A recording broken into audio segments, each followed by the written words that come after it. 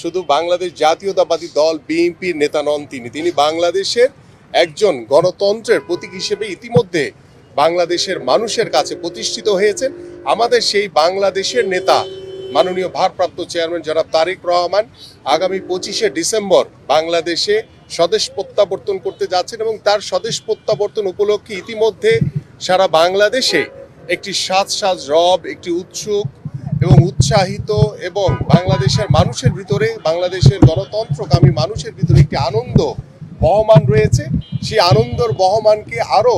সুসজ্জিত করার জন্য, আরও আন্তরিকভাবে করার জন্য ইতিমধ্যে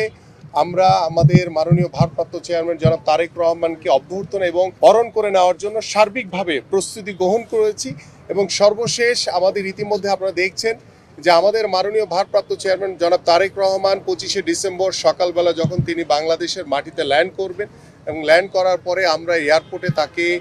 সকলেই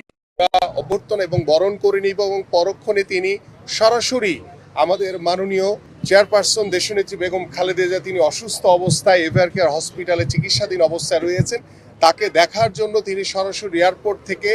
এই 300 ফিট হয়ে তিনি এভার কেয়ার হসপিটালে যাবেন। তো সেই 300 ফিটের পথিমধ্যে বাংলাদেশের মানুষের জন্য, যার নেতৃত্বে বাংলাদেশ জাতীয়তাবাদী দল বিএনপি এবং এদেশের সাধারণ মানুষ